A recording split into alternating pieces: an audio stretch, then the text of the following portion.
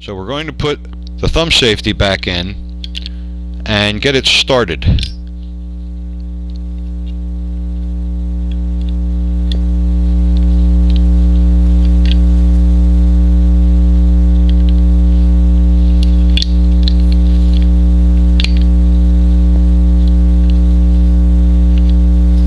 Line up the hole.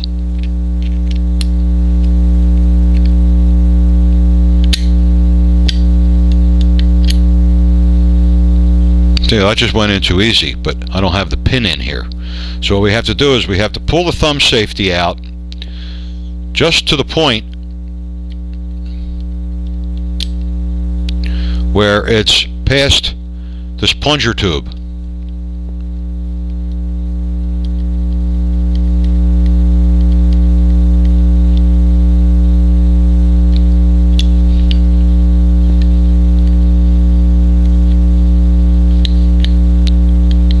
And something else we need to do is we need to cock the hammer back.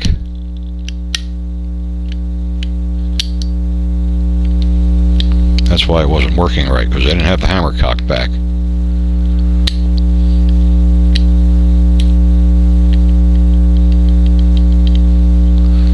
Okay, we have it to that point now where the thumb safety is out just to the point of passing the plunger tube, because we now have to slide that spring and pin inside the tube. So here is the spring and here is the pin. We put them together, and I'm going to zoom this in, and again I have the back of the gun facing towards my backstop in case this thing goes flying, because as I said before, it will go flying. Get that in, focus it as tight as I can. And now what we're doing here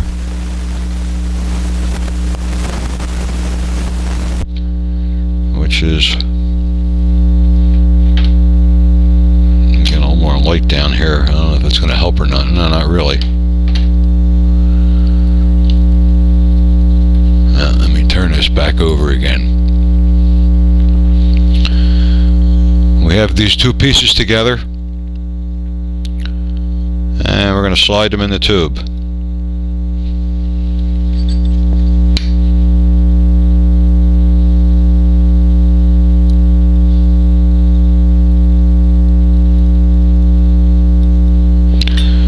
Okay, now this is where, this is going to be hard to see because I can't do it in this direction, because if I do, I know that spring will go flying. But again, what you want to do is you want to take, and again I have the screwdriver with the duct tape on it, we're going to take and push this plunger spring all the way inside the tube, and at the same time hold the grip safety, hold the grip safety in, and then push in on the thumb safety. So here goes. Bear with me on this. This can be very time consuming and frustrating.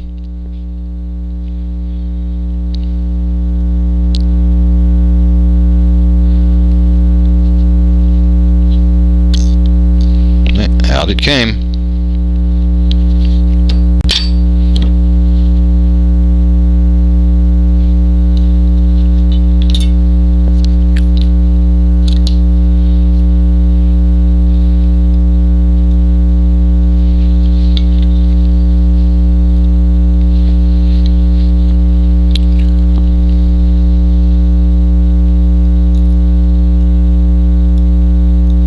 You see, I could cheat and edit this video so that it looks like it's just going to fall right in.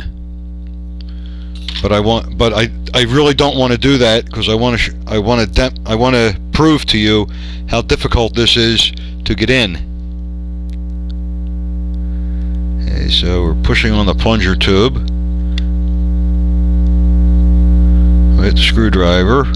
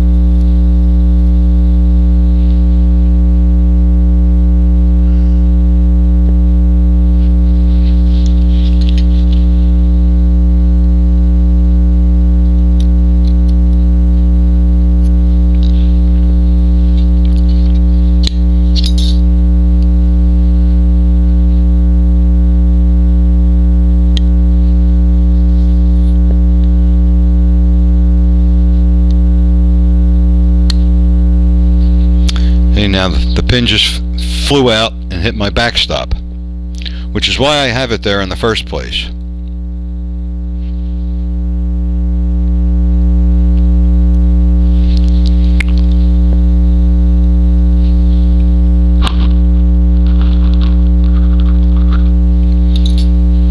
Like I said, if that wasn't there, that pin would have gone flying across the room.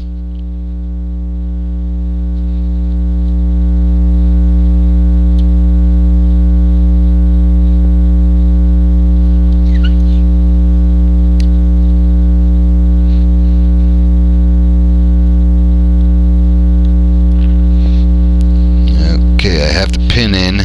I had it in.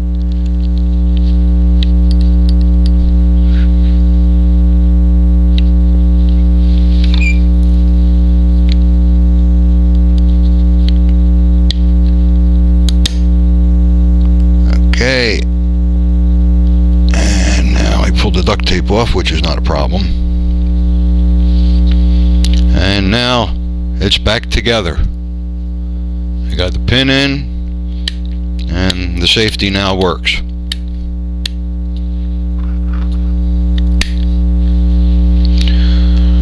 At this point, we're going to do a function test. Okay. We're going to make sure everything works right.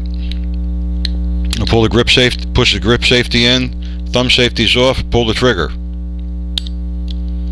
Okay, that works. I'm going to pull the hammer back.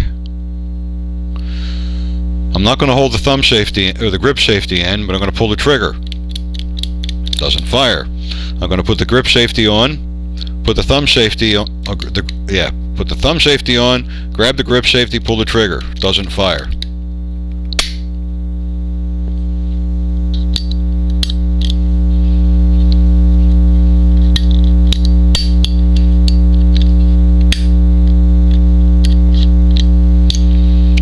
And it's back together.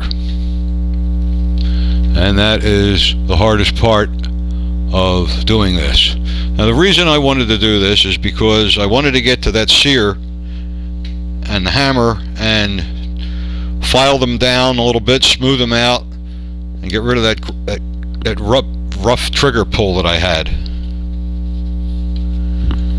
Okay, now at this point, and if you can remember, when I was taking this apart before, I did scratch the gun, but you really can't see it now. And again, when I put the grips back on, it's going to be completely covered, and nobody will ever know that there was a little scratch here, except for me and the rest of the world that's viewing this video. Okay, so now we have the frame completely reassembled. The remainder of this is to reassemble the entire gun. So at this point, we're going to cock the hammer back all the way, and we're going to put the slide on. Okay, before we do that, we're going to put the guide rod in, and the guide rod is shaped, kind of with an off-center piece on it, and it can only go in one way. And we're just going to drop that inside of here, and it falls right in. Now we're going to take the slide, put it over the barrel, pull it down over the barrel, all the way to the back, and then push it forward. Okay, now when you do this, you're going to be moving, the guide rod is going to move. If you can see inside here, this silver thing right in here is the guide rod. What we're going to do is we're going to align the gun to the disconnect position, which is aligning that slide stop with this notch. Okay, and then we're going to take a little screwdriver, and push that guide rod forward just a little bit. We're going to take the slide stop catch, put it in here, and it snaps in. Okay, at that point, close the slide, put the safety on. We're now going to take and put the barrel bushing on. It only goes in one way. Put the barrel bushing on, put it in like that, turn it all the way counterclockwise. We're going to take the recoil spring, put that in, and that'll go in over the guide rod. Take the barrel bushing, and we're going to push the barrel. That's the plunger. This is the plunger stop. Yeah, push that in. Again, this is under spring tension. Push it in, hold it, turn the barrel bushing down, and take the safety off.